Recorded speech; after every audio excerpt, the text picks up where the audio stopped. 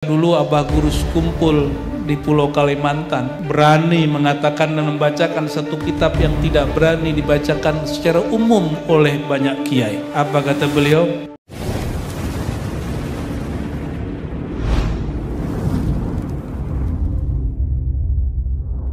Asyhadu an la ilaha illallah wa asyhadu anna Muhammadan abduhu wa rasuluh. Allahumma salli wa sallim mubarik ala nuri dzati وسر الساري في جميع الأسماء والصفات وعلى آله وأصحابه أجمعين. أما بعد، اللهم افتح قلوبنا يا فتاح كما فتحت لعبادك العارفين لعبادك الصالحين آمين يا رب العالمين. Puji syukur kehadiran Allah Subhanahu wa Ta'ala, karena Dialah malam ini kita terpercikan mendapatkan percikan nur baginda Nabi Muhammad sallallahu alaihi wasallam.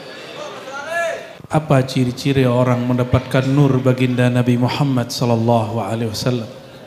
Orangnya selalu senang menghadiri, mengadakan acara kegiatan untuk mengenang beliau sallallahu alaihi wasallam. Maka kita bersyukur Allah masih izinkan nur itu menembus dada kita yang kotor, pikiran kita yang jorok, hati kita yang gelap. Insya Allah berkah nur ini Allah bersihkan, Allah terangkan hati kita semua. Amin rabbal alamin. Dan semua itu kita ekspresikan, kita ungkapkan dalam bentuk sholawat kepada baginda Nabi Muhammad sallallahu alaihi wasallam. Saya diizinkan Allah Al-Faqir Ar-Razi Hashim memahami sunnah-sunnah beliau itu setelah mencintai beliau melalui mencintai pewarisnya, baik pewaris ilmu ataupun pewaris nasabnya. Jadi sebelumnya ilmu ini kayaknya masdud, kayaknya terbatas, sulit dipahami. Tapi dengan mencintai ulama pewarisnya, mencintai para habaib yang meneruskan nasabnya, Allah bukakan kolbu ini pelan-pelan. Jadi kalau punya anak santri, anak kita santri, ajarkan mereka cinta pewaris Nabi sallallahu alaihi wasallam dan pelanjut nasab Nabi Muhammad sallallahu alaihi wasallam. Itu syarat bagi saya, itu syaratul futuh, syarat dibuka kolbunya. Jadi laulahum ma fatahallahu qalbi. Kalau bukan karena mereka, Allah tidak akan bukakan kolbu saya. Jadi kalau ada yang bertanya apa tips saya belajar, nggak ada. Tipsnya cuma satu, mahabbatul warasatin nabi, mahabbah kepada pewaris nabi. Jadi disebut mahabbatul warasah. Yang kedua mahabbatul dzurriyyah. Yang kedua mahabbah al-warasah. Warasah apa? Yang mewarisi ilmu baginda Nabi Muhammad sallallahu alaihi wasallam. Jadi warasatun Nabi sallallahu alaihi wasallam. Karena beliau mengatakan al-ulama warasatul anbiya. Ulama mewarisi para nabi, bukan satu nabi. Para, maka dulu Abah Gurus kumpul di Pulau Kalimantan, berani mengatakan dan membacakan satu kitab yang tidak berani dibacakan secara umum oleh banyak kiai. Apa kata beliau? Haqaiqul anbiya, haqaiqul awliya Rasulullah. Itu berat itu kalimat. Ulama-ulama aulia, hakikat mereka adalah Rasulullah. Ini kalimatnya vulgar. Belum kenal saya ilmu ini, beliau sudah ngomong begitu. Artinya beliau sudah mulai buka ilmu ini.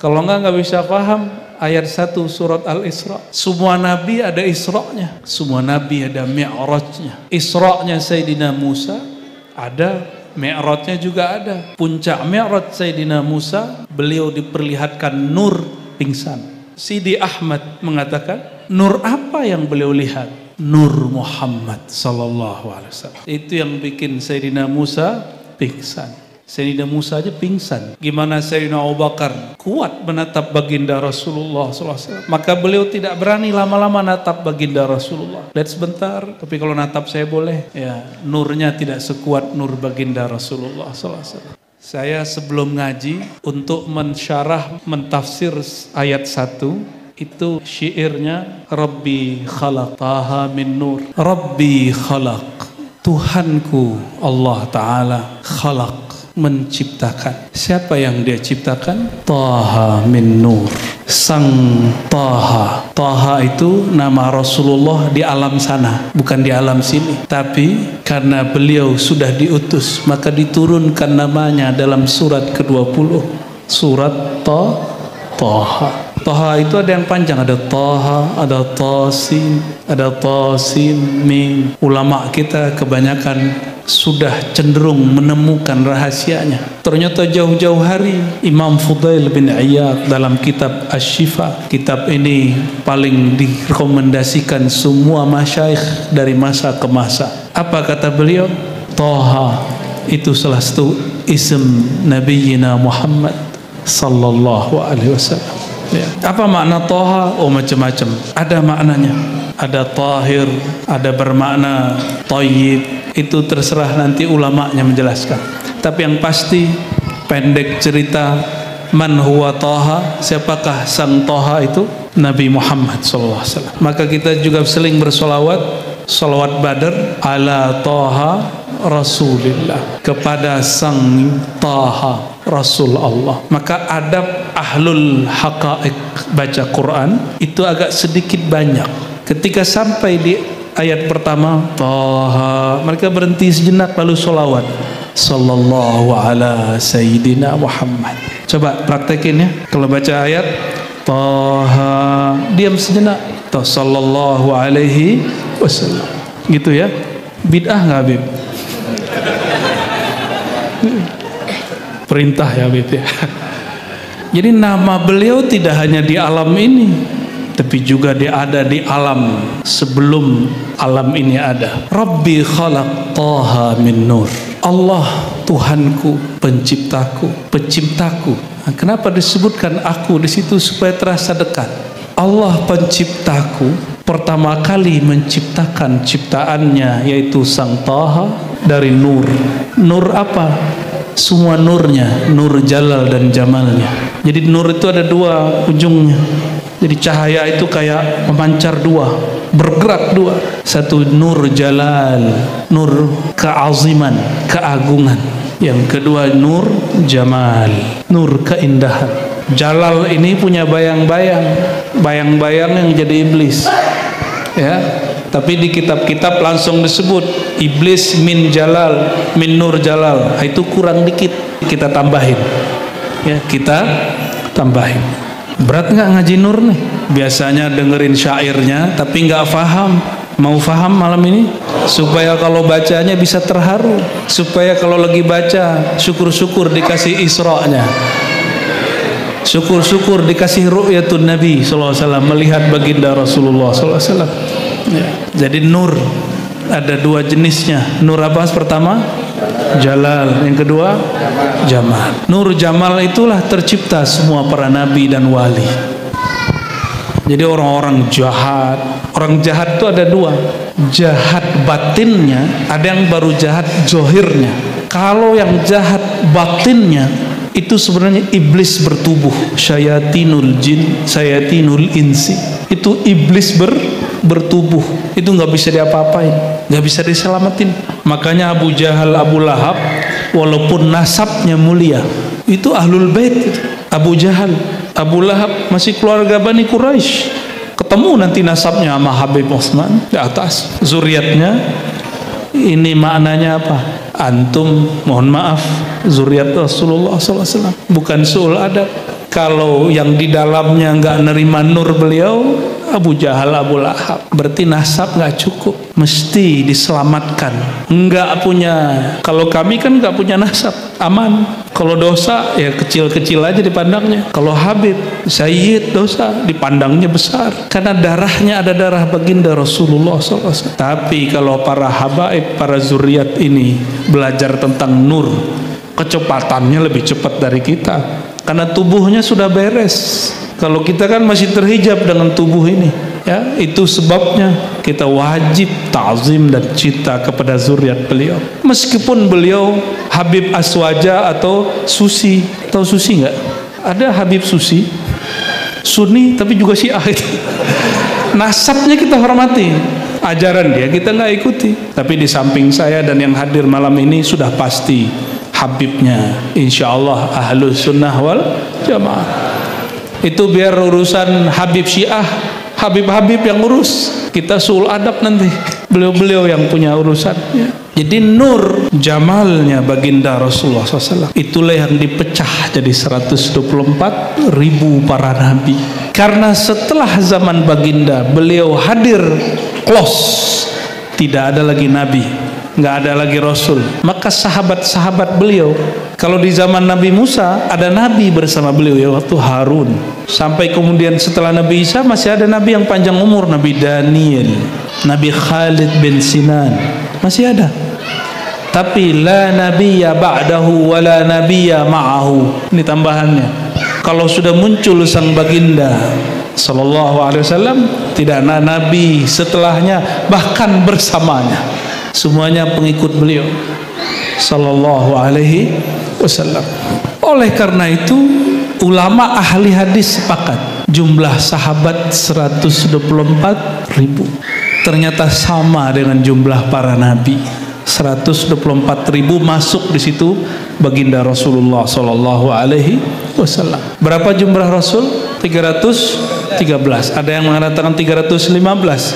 Dan di situ karena tidak ada lagi Rasul, maka 313 ahlul badar, mereka pewaris rohani para Rasul 313 atau 15 termasuk baginda Rasulullah sallallahu alaihi wasallam. Terus sekarang gimana? Sama, nggak kurang, nambah mungkin. Jadi antum nggak usah khawatir kalau ada ulama, kiai, wali, habib wafat, sedih di hati, tapi nggak usah khawatir, penggantinya banyak, akan terus bertambah. Kalau sudah nggak ada, berarti udah mau kiamat. Maka ada rumus, selama masih ada ulama dan zuriat baginda Rasulullah SAW, la taqumus sa'ah, kiamat tidak terjadi. Ya, ini bukan insya Allah, pasti.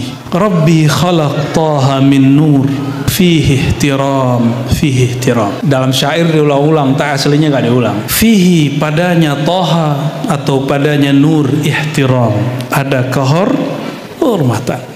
Sang toha ini dipanggil oleh Allah Ta'ala, nadahu, dipanggil oleh Allah, dicipta. Umurnya nur ini 4.000 tahun, lebih tua daripada Arash, lebih tua daripada Arash. Jadi lebih tua Nabi Muhammad, nur Nabi Muhammad SAW atau Arash? Lebih tua mana?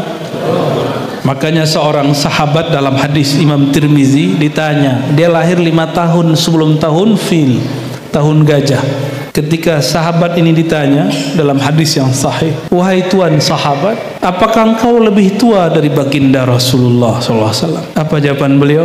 Kana Rasulullah SAW akbar minni wa ana, apa kalimat dia? Dia nggak bilang akbar, akdam mauluda.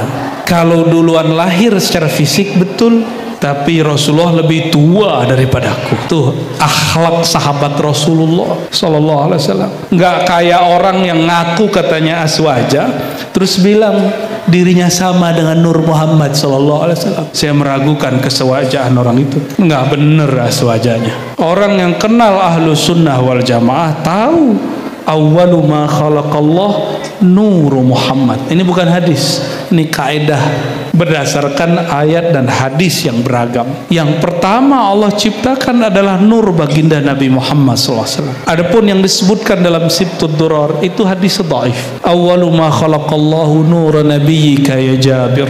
Kenapa disebut dhaif? Karena Imam Suyuti bilang ada dalam kitab Musannaf Abdul Razzaq, tapi pas dicek bagian itu sudah hilang. Berarti cuma Imam Suyuti yang tahu. Tapi bagi saya cukup hasbuna Suyuti, cukup bagi kita Imam Suyuti menjelaskan. Walaupun dalam manuskrip terbaru tidak ada. Yang pertama Allah ciptakan wahai Jabir adalah nur nabimu.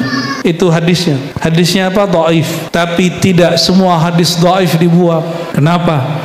Karena banyak dalil lain yang bisa kita pakai. Ada ayat wa ma khalaqtul jinna wal insa illa liya'budun. Tidak aku cipta jin dan manusia kecuali untuk menyembah aku. Yang paling pertama nyembah Allah siapa?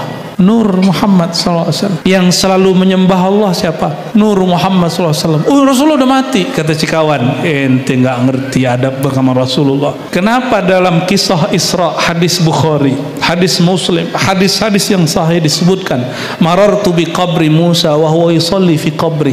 Itu lagi ngasih kaidah kepada orang yang jahil dan su'ul adab. Aku melewati kuburan Musa, kata beliau, dan aku lihat beliau sedang sholat dalam kuburnya. Nabi Musa udah meninggal belum? Udah. Tapi kok sholat di kubur? Lebih mulia Nabi Musa atau Nabi Muhammad SAW? Terus kok ada orang bilang kita lagi ziarah nih, lagi ziarah di Raudhah. Haram ya haji, haram ya haji. Ente lihat gak orang begitu? Ada yang digituin gak? Sering digituin bawa jamaah. Haram ya haji. Teriak-teriak di depan makbarah Nabi SAW. Katuf ya tuh qadmat, dia udah mati. Ziarah ke Uhud, gitu juga ngomongnya. Bajunya kayaknya soleh, kayak baju wali, tapi ngomongnya apa? La tatawassal ala Allah. Ambuat ya, tawassul sama orang mati, jangan tawassul sama Muhammad sudah mati. Itu kalau bukanlah kita orang pendatang, kita pelototin deh itu. Tapi mungkin ada hikmahnya. Kalau makbarah baginda Rasulullah SAW di Jawa sama di Bali, kayaknya gak ada yang bisa ziarah juga kali. Barangkali itu hikmahnya. Cuma saya masih ingat Imam Malik dalam banyak riwayat yang disebutkan juga oleh Imam Qudiyat, ketika ada orang bersuara tinggi di Masjid Nabawi, langsung beliau marah, "Ughdud sautak." Suaramu pelanin, di sampingmu ada Rasulullah SAW. Ternyata Imam Malik tidak hanya itu, beliau kalau sudah jalan di pelataran haram itu nggak berani pakai sendal, turun dari kudanya, turun dari onta. Apa kata beliau? Mana pantas sang Malik jalan pakai sendal, pakai kuda, pakai onta, sedangkan di bawah kakinya ada baginda Rasulullah SAW terkubur jasadnya. Ada yang berani begitu?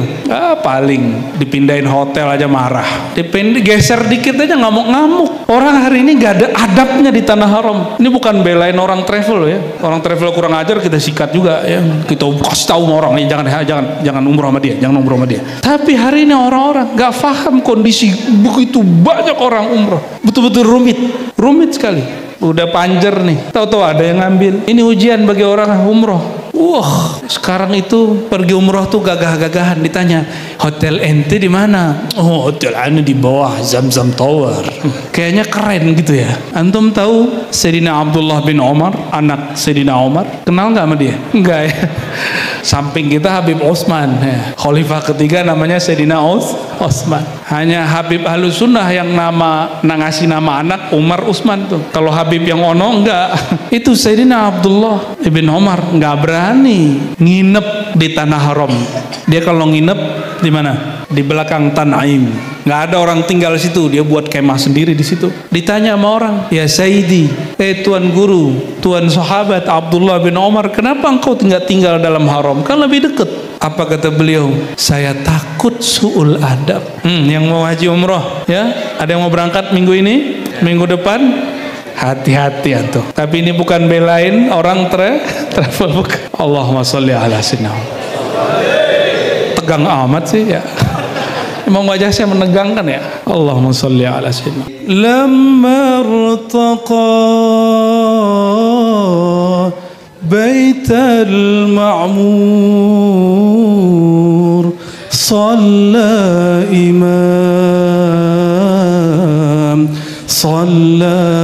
إمام. Gak kuat suara saya, gak kuat mau nangis sebenarnya, karena setiap kali dengerin ini dengan Hayul Hadi, jantung saya kayak berdebar. Ini undangan Allah kepada sang kekasihnya, diundang.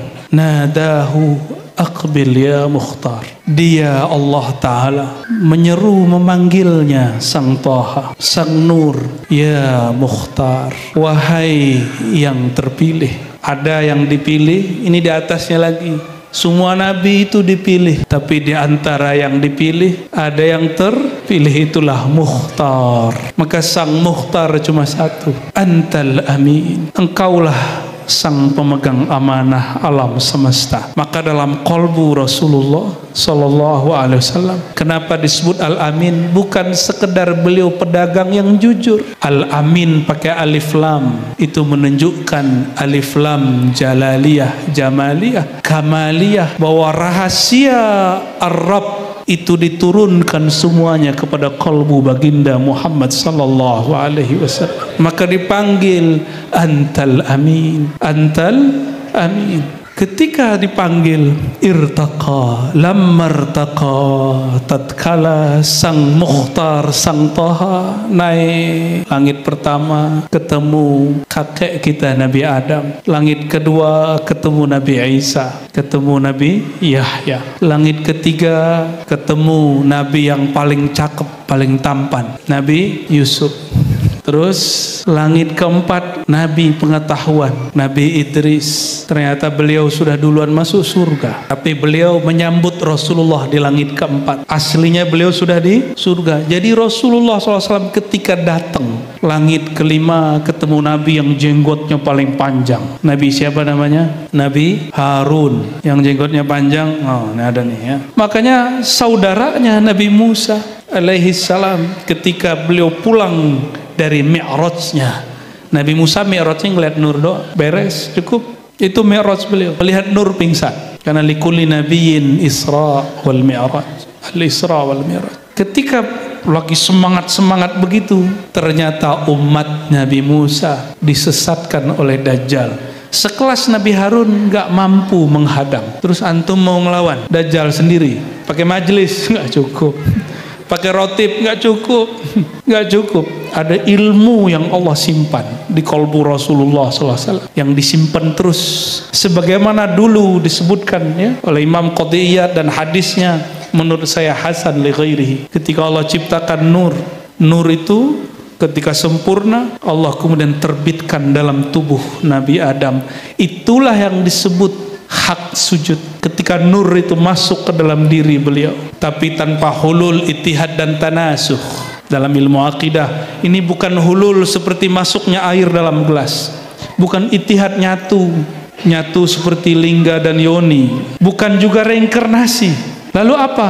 Min amri rabbi, hanya Allah yang tahu. Kita serahkan bagaimana prosesnya kepada Allah. Ketika nur itu masuk ke dalam diri Sayyidina Adam, itu yang menjelaskan sekelas Imam Ibnu Katsir percaya. Padahal beliau ini muridnya Ibnu Taimiyah, Imam Salafi. Dalam tafsir Ibnu Katsir dan di dalam Al-Bidayah wa Nihayah 14 mujallad, beliau percaya bab itu. Lah kok ada orang yang sekarang baca kitab tafsir Ibnu Katsir tapi nggak percaya kajian Nur Muhammad sallallahu alaihi wasallam dan mengatakan kajian Nur Muhammad itu sama dengan Majusi. Orang kajian Nur Muhammad sama dengan Trinitas. Ya salam. Nggak nyambung. Itu jangan-jangan kayaknya IQ-nya bermasalah ya. Ini kajian mungkin dianggap berat, padahal ini ringan. Buka sedikit hati dan pikiran, Allah kasih faham. Nggak perlu sekolah tinggi-tinggi kajian Nur Muhammad sallallahu alaihi wasallam. Cukup tasdik di kalbu, akan mudah terimanya. Nur berpindah dari Nabi Adam ke Nabi Syis, Nabi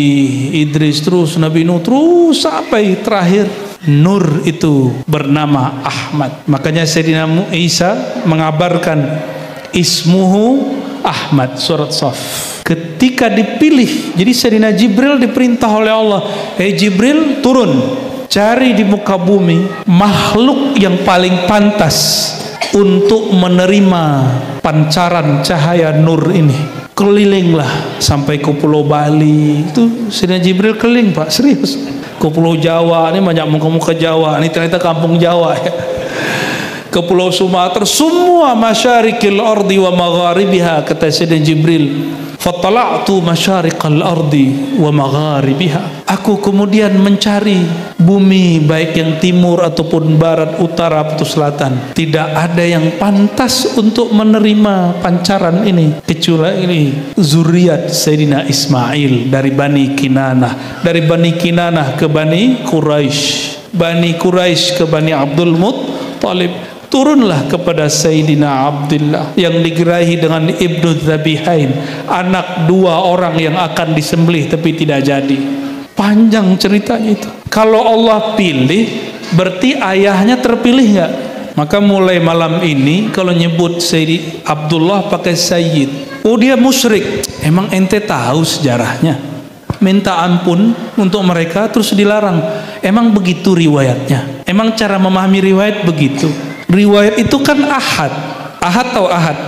Yang meriwayatkan nggak nyampe 10 orang. Sedangkan di Quran yang riwayatnya mutawatir, wa ma kunna mu'adzibina hatta nab'atha rasula. Ini kajian ahlu sunnah nih. Kami tidak akan siksa suatu kaum sampai kami mengirim seorang rasul. Nah, Sayyid Abdul Muttalib disiksa, dianggap musyrik cuma karena mereka tidak dapat dakwah. Maka Imamuna Abu Hamid Al-Ghazali, Imam Baqillani, Imam Abu Mansur Al-Maturidi mengikut Imam Abul Hasan Al-Ash'ari dan Abu Mansur Al-Maturidi. Ijma' ulama ahlu sunnah mengatakan cuma satu sebagian, syirdima qalilah minal muhaddisin, sedikit saja ahli hadis, mereka sepakat mengatakan orang tua Nabi min ahlil fatrah, disebut zamannya zaman kosong, maka tidak disebut kafir, tidak disebut mukmin.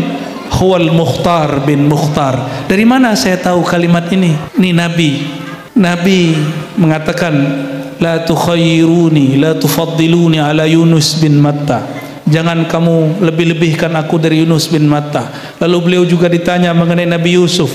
Apa kata beliau? Tayyib bin Tayyib, Fadil bin Fadil, Syarif bin Syarif. Begitu Rasulullah menyebut orang mulia, anak orang mulia, cucu orang mulia. Rasulullah membahasakan Bani Israel, tapi beliau malu menyebut tentang sungkan. Ini tawaduknya baginda Rasulullah SAW. Maka qiyas aulawi, qiyas prioritas, qiyas lebih utama dalam ilmu akidah. Jika beliau menyebut Nabi terdahulu bin Syarif, bin Syarif, bin Syarif, anak orang mulia, beliau juga begitu. Nabi Yuna Muhammad Syarif bin Syarif bin Syarif sampai ke atas Sayyidina Ismail, Sayyidina Ibrahim. Jadi jangan lagi bilang orang tua Nabi musyrik, apalagi kafir, ya, apalagi bilang di neraka. Ini bisa terbang di piring 5 gelas. Ada syairnya belum selesai, khawatir kepanjangan kalau jelasin bab ini ya. Tatkala naik irtaqa, sampai puncaknya langit ke-6 Nabi Musa, langit ke-7 Nabi Ibrahim, semua Nabi alaihimus salatu wassalam.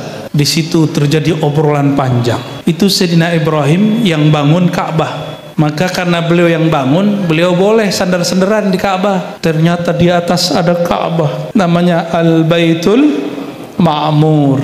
Apa arti Al-Baitul Ma'mur? Rumah Allah yang sangatlah ramai. Siapa yang meramaikannya? Arwahul anbiya wal awliya wal malaikah. Cuma di hadis disebutkan setiap hari, ini harinya langit, satu harinya langit 500 tahun kita. Setiap hari masuk malaikat 70.000 tawaf, tidak keluar sampai kiamat. Belum selesai tawafnya, banyak gak tuh? Maka disebut ramai. Al-Baitul Ma'mur, bait rumah Allah, masjid yang ramai, itu artinya Al-Baitul Ma'mur. Sayyidina Ibrahim lagi nongkrong di bawah, di atas, di langit ke-7, nyandar di Ka'bahnya Al-Ma'mur. Terjadilah dialog. Nah, itulah kenapa kita sampai sekarang masih mesti menghormati maqam Ibrahim, telapak kaki Nabi Ibrahim yang ada di bumi. Itu tempat beliau duduk dengan, itu sama itu. Cuma kita nggak boleh perjelas, segitu aja lah. Tempat beliau, walaupun kemudian di zaman Sayyidina Umar dan Utsman katanya dipugar, dimundurkan, nggak ada masalah, nggak ada persoalan. Salah satu dialog baginda Rasulullah SAW dengan Sayyidina Ibrahim, apa kata beliau? Marhaban ibni as-salih, marhaban Nabiyyus salih. Selamat datang cucuku, selamat datang wahai sang nabi. Nah, pertama status fisiknya dulu, yang kedua status nubuatnya. Marhaban wahai nabi yang saleh, baligh, sampaikan. Nah, ini antum dapat salam nih daripada Nabi Ibrahim. Aqri minni ummatakas salam, sampaikan salamku Ibrahim, kata beliau, kepada umatmu. Maka saya bacakan hadis ini untuk mengingatkan kita bahwa semua yang hadir malam ini pernah dapat salam Sayyidina Ibrahim. Lalu beliau mengatakan, sampaikan kepada umatmu bahwa surga itu sangatlah subur, tapi pohon dan buahnya belum lengkap. Lengkapilah dengan bahan-bahan dan biji-bijiannya, pohon-pohonnya. Apa itu? Qul, katakanlah kepada mereka, bacalah wahai umatku, subhanallah walhamdulillah wala ilaha illallah wallahu akbar. Bacaan yang kita tahu sedari kecil, ternyata itu ilmu di langit ketujuh. Itu zikir yang diijazahkan Nabi Ibrahim di langit ketujuh. Ijazahnya berat, bukan di Bali ijazahannya. Ijazahannya di mana? Di Al-Bait Al-Ma'mur. Saya punya sahib orang Jawa Timur. Dia terkesan sekali waktu iktikaf di Masjid Nabawi, ada seorang mursyid mentalkinkan zikir kepadanya. Dan sampai hari ini dia ingat. Maka dia tulis, ditalkinkan oleh gurunda mulia Syekhi Murabbi Ruhi bil Masjid. Di masjid mana? An-Nabawi. Masjid An-Nabawi, Masjid Nabi sallallahu alaihi wasallam. Kayaknya keren tuh ya, ditalkin di Masjid Nabi. Makanya orang kalau mau haji umroh kayaknya keren tuh. Nanti ngaji bersama dengan Ustadz Wayan di pelataran Masjid Nabawi. Ya, padahal di pelataran doang ya. Itu jualannya orang travel itu. Di mana ijazahnya? Di Al-Baitul Ma'mur, langit ketujuh. Mulai hari ini, malam ini masih mau main-main dengan lafaz ini, subhanallah, alhamdulillah, la ilaha illallah, Allahu akbar. Kok kurang satu? Kurangnya di mana? La haula. Itu ijazah dari baginda Rasulullah SAW. Nabi ijazahkan lebih keren, walaupun di bumi, tapi pulang perang, pulang jihad. Waktu itu sahabat-sahabat Nabi zikirnya kenceng, la ilaha illallah, semuanya mabuk. Lalu Nabi memberikan ijazah zikir lembut. Kalian tidak memanggil yang tuli dan jauh, kalian memanggil yang sangat dekat. Berarti selama ini dibiarkan zikir keras, lalu diberi kurikulum zikir baru, zikir lembut. Tapi orang salah paham, dikira hadis ini larangan zikir keras, padahal bukan begitu. Lalu baginda Rasulullah SAW dalam hadis Bukhari dan Muslim mengatakan, ala audullukum ala kanzin min kunuzil jannah. Maukah kalian saya ijazahin kanz? Kalau tadi kata Sina Ibrahim, subhanallah, alhamdulillah, la ilaha illallah akbar, itu disebut pohon-pohon surga. Kalau ini lebih mulia dari pohon, disebut kanz. Kalau ada barang mulia disimpan di tempat yang terjaga, itu disebut dengan kanz, kanzun. Apa kata beliau? Maukah kalian aku kasih aset-aset termahal di surga? Semuanya jawab, bala ya Rasulullah. Lalu Rasulullah SAW membacakan, dan mereka terkejut. Selama ini kami meremehkan kalimat ini, ternyata kalimat ini lebih mulia dari pohon surga. La haula wala quwwata illa billahil aliyil azim. Mulai malam ini masih mau main-main dengan kalimat ini? Gak ada lagi ceritanya main-main. Orang itu jadi kekasih Allah bukan dengan zikir aneh-aneh. Zikirnya sederhana, tapi istiqomah pagi dan petang, istiqomah mau tidur, istiqomah ketika tahajud. Yang dibaca itu cukup. Subhanallah 100, alhamdulillah 100, Allah akbar 100, la ilaha illallah 100, la haula wala quwwata 100 cukup. Nanti antum jadi miliarder surga. Mau? Makanya di tengah disebutkan, disempurnakan dengan sholawat, Allahumma sholli ala Sayyidina. Kita tahu ini semua karena siapa? Baginda Nabi Muhammad SAW. Maka bagi saya, kalau orang sudah tahu adab, wajib sholawat. Jadi sholawat itu wajibnya di bab adab. Kalau sholat di bab fikih, itu bedanya. Sebelum sholat sudah ada adab belum? Ada. Itulah maksud saya mengatakan bahwa sholawat lebih wajib dari sholat. Lebih dulu Allah sebelum menurunkan kewajiban sholat sudah sholawat duluan. Innallaha wa malaikatahu yusholluna ala nabi. Bukan berarti kalau antum sudah sholawat terus nggak sholat, itu mah kurang IQ itu ya. Nggak ada orang bermaksud begitu. Mana ada. Alhamdulillah kami, alhamdulillah dari, walaupun telat Habib, dari tahun 2004 alhamdulillah saya belajar dan mengajarkan akidah Ahlussunnah. Insya Allah kaidah-kaidahnya nggak akan dilanggar. Insya Allah. Jadi kalau ada orang-orang yang memfitnah sana sini, antum kembalikan saja. Akidah saya kan Ahlussunnah, nggak mungkin melanggar itu. Berarti ada yang dipelesetin. Gitu aja ya. Maka di tengah, sebelum kita baca yang setelah irtaqa al-bait al-ma'mur, apa kata beliau? In rumta an tahza bil hur Yaumaz ziham salli ala bahil anwar ainil yaqin. Jika engkau ingin dapat surga dan isinya surga apa? Rumah kalau nggak ada istri seru nggak Pak? Menangislah para jomblo. Di rumah, di kamar kita nggak ada istri kita gimana? Pulang-pulang nggak ada yang nungguin. Nggak enak banget bener Habib ya. Aneh minta takrir dari Habib. Di sorga dulu, jangankan kita, Sayyidina Adam satu harinya sorga kan 1000 tahun nunggu. Semua makanan ada. Apa yang kurang? Belahan hati, belahan jiwa. Maka Sayyidina Adam bergumam. Dalam bergumamnya beliau ketiduran. Itulah satu pertama dan terakhir tidur di surga. La nauma ba'dah. Setelah itu nggak ada lagi tidur di surga. Udah selesai. Karena an-naum akhul maut. Tidur itu saudaranya mati. Dan la mauta fil jannah. Nggak ada lagi mati di surga. Allah kemudian ciptakan dari tulang rusuknya, percaya atau tidak, Allah ciptakan. Jangankan dari tulang rusuk, dari air aja bisa, enggak. Lagi cuma tulang rusuk. Orang ini kok ribet hari ini. Baca hadis tuh harus pakai penafsiran aneh-aneh, pendekatan sosiologis. Ya keren sih kalau di kampus. Pendekatan apalagi tuh, gogis, macam-macam. Lama-lama jadi gerigis, nggak jelas. Hadisnya udah jelas. Kalau perempuan tercipta sama kayak kita yang sekarang. Tapi Sayyidatuna Hawa khuliqa min dhala'in. Jelas kalimat. Lain dengan an-nisa.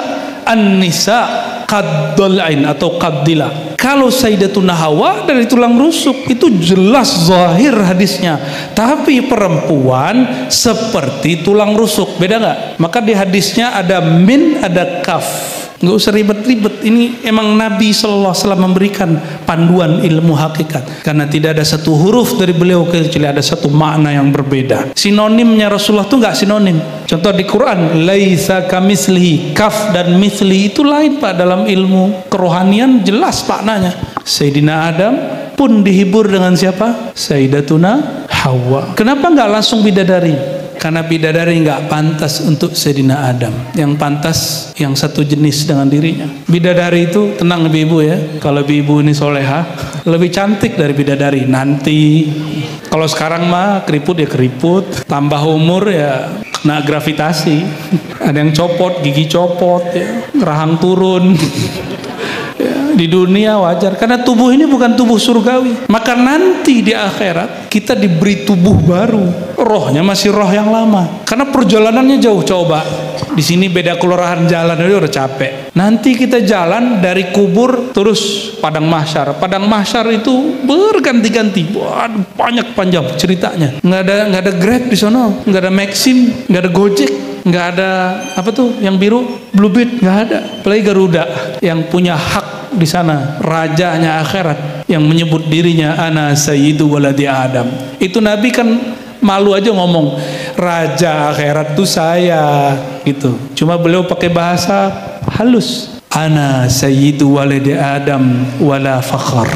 Hadis Bukhari, Muslim, hadisnya pasti sahih. Akulah sang raja pemilik izin di akhirat. Pemilik izin. Kalau pemilik akhirat Allah. Apa kata beliau? Hatta Ibrahim yang tadi kirim salam sama kalian, kata beliau, itu nggak boleh membantu umatnya kecuali dapat SIM dariku, dapat surat tanda tangan dulu Rasulullah SAW. Maka disebut sahib liwa'il hamdi. Sekelas Nabi Ibrahim nggak dapat izin bantu istrinya, anaknya, umatnya kalau nggak diizinkan baginda Rasulullah SAW. Pemberian izin itu bahasa Arabnya Al-Fatih. Apa arti Al-Fatih? Sang pembuka izin. Makanya ada namanya salawat Al-Fatih. Dahsyat itu salawat. Maka beliau mengatakan Anal Fatih. Akulah sang Al-Fatih Sallallahu Alaihi Wasallam. Silakan ambil ke guru-guru kita ya, Habib Utsman, ke Ustadz Wayan, ke para habib, para syaikh, para mursyid, ijazah sholawat ini. Kenapa saya tolong mengatakan begitu? Kami kan kesini sesekali aja. Yang mendidik umat ini kan para kiai, para habib tempatan. Maka ambil ilmu dari mereka. Jangan euforia, datang ustadz dari mana rame ya. Mungkin menghibur diri ustadz. Kalau Ustadz lokal jamaahnya dibagi-bagi, makanya nggak rame, menghibur diri sebenarnya. Sampai hari ini kalau saya di Jakarta pun saya masih jaga beberapa majelis di dalam kota. Ada yang tapi nggak banyak, cuma 3 masjid sebulan, kadang-kadang cuma 2, kadang cuma 1. Yang penting keliling, masa keluar-luar kota, dalam kota enggak kan gitu. Apa kata beliau di sini? Jika engkau ingin dapat surga dan isinya, termasuk sang kekasih, hur ain dan ratu-ratunya, bukan dengan cara ngebom orang, ya. Apa kalimatnya di sini? Sholli ala bahil anwar. Mau nikahin 72 bidadari? Semuanya pengen poligami ini ya. Maaf ibu-ibu ya, nanti bu, nanti di sana ya. Mumpung masih bisa cemburu bu, cemburu di sini, di sono nggak ada cemburu lagi. Jadi ternyata orang kalau sering sholawatan nggak jadi ekstrim, nggak mau jalan pintas yang konyol.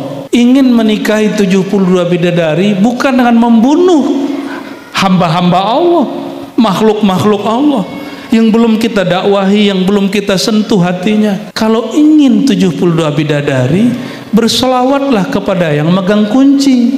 Siapa yang megang kunci? Nah, disebut namanya di sini, Bahil Anwar, yang cahayanya betul membahana, yang cahayanya gilang gemilang, cahayanya memancar sampai ke seluruh penjuru. Sallallahu alaihi wasallam. Jadi gimana? Mau dapat 72 bidadari? Mau?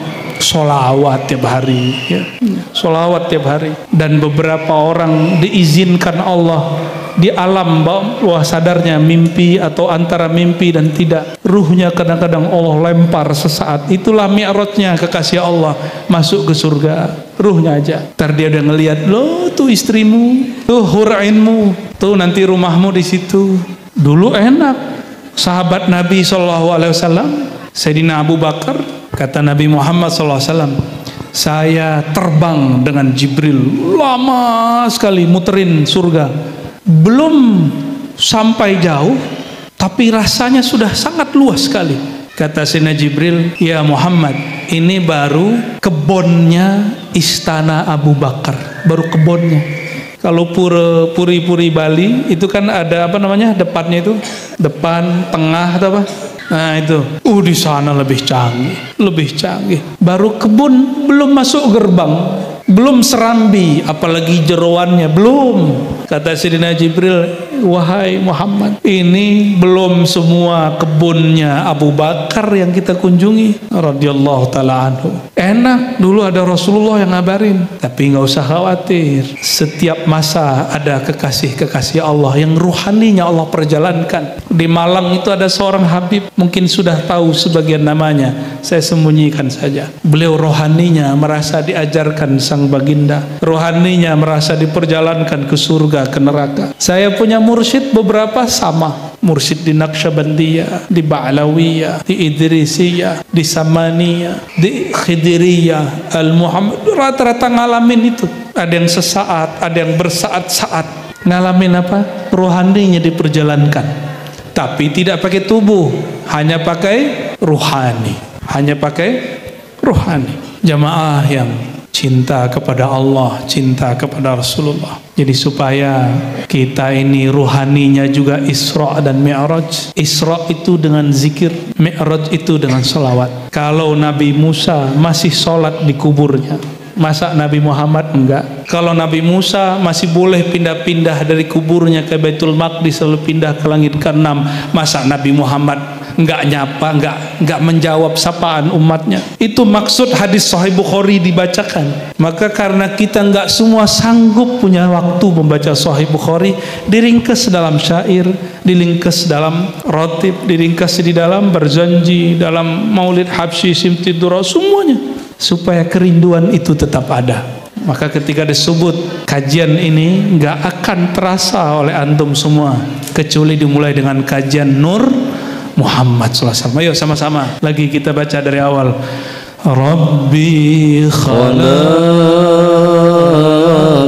Taha min nur fi ihtiram fi ihtiram. Saya nggak sanggup lagi nerusin, segitu aja ya. Jam berapa nih? Takut hujan di dalam, kalau tadi hujan di luar. Ya. Nanti ceramahnya nangis doang. Ya. Kita beruntung di akhir zaman. Syair-syair ini hanya di negeri ini yang boleh dilantunkan di masjid-masjid besar. Hanya di negeri ini. Hatta di Bali yang katanya minoritas, kita pun diizinkan. Nikmat apalagi yang tidak kita syukuri. Di tempat lahirnya baginda Rasulullah SAW. Coba para penasyid kita berdendang di Masjidil Haram. Siap-siap ya ditangkap. Tapi kalau umur panjang, mau umur panjang, terima tugas bersolawat. Terima tugas bersolawat. Solawat itu tugas. Supaya orang tidak suntuk hiburannya mengenang sang baginda. Kalau orang galau dengerin lagu galau tambah sakit hati. Tapi antum kalau rindu patah hati diputus cinta, solawat baca Rabbi Kholaq, saya pastikan kolbunya sembuh. Kolbunya sembuh. Saya setiap kali kesel sama orang saya solawat, hilang keselnya. Maka orang-orang yang gampang kesel, gampang marah-marah itu, gampang ngamuk-ngamuk itu, mungkin solawatnya belum masuk ke relung hatinya. Ya, kita dakwahkan solawat, tapi tidak hanya solawat, jelaskan isinya.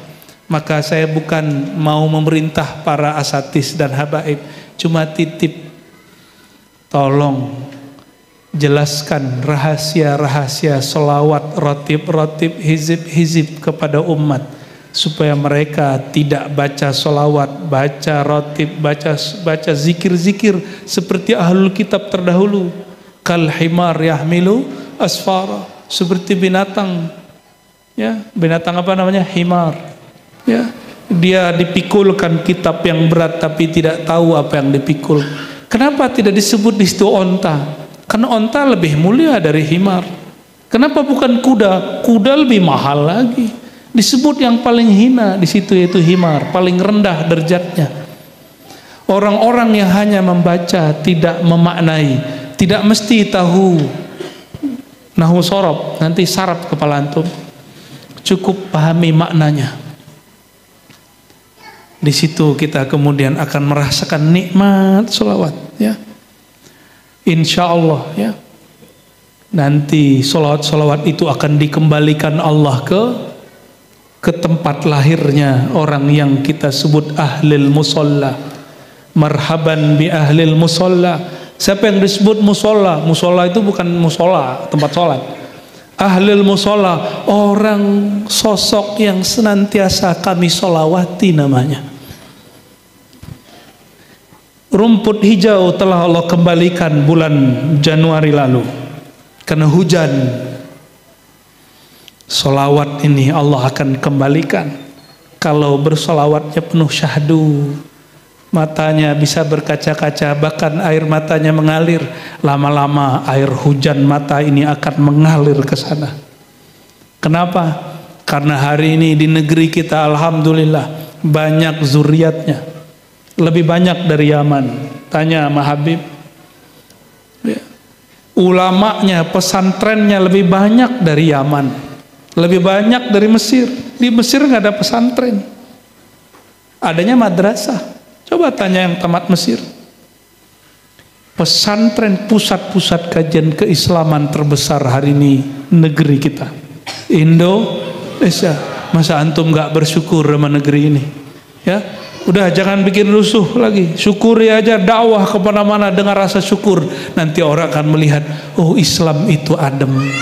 Gak perlu kita berbuat supaya orang ngomong, cukup kita berbuat supaya ahlul musolla, orang zat yang kita salawati terus mengatakan umatku, umatku. Jadi kalau antum salawat, Nabi jawab ummati, ummati. Nanti beberapa orang dengar itu dengan ruhaninya. Terakhir, oleh-oleh dari guru saya, salah satu mursyid yang mengajarkan saya zikir khafi, zikir qalb. Apa kata beliau? Ketika ruhaniku Allah naikkan, diundang ke sana, aku mendengar solawat. Solawat apa yang Tuan Guru Syekh dengar? Saya tanya. Solawat yang aku dengar, solawat An-Nuril Mubin. Itu didendangkan oleh orang-orang yang ada di sana, entah malaikat ya, entah arwah, kata beliau. Entah malaikat, entah arwah. Ketika ada kekasih Allah dipanggil ke sana, diundang, itu disambutnya pakai solawat.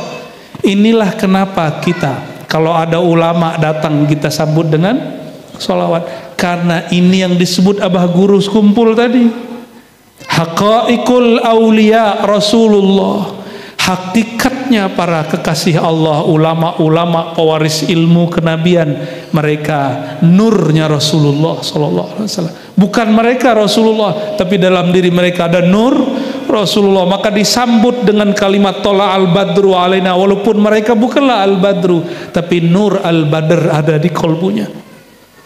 Apa salawat yang didengar guru saya itu? Salawat An-Nuril Mubin. Sallallahu Rabbuna ala Nuril Mubin Ahmad al-Mustafa ashabihi ajma'in. Jadikan ini solawat penutup majlis. Saya kalau nutup majlis pakai solawat ini, ya. Ajaztukum jami'an. Al-Fatihah. A'udzubillahi minasyaitonir rajim.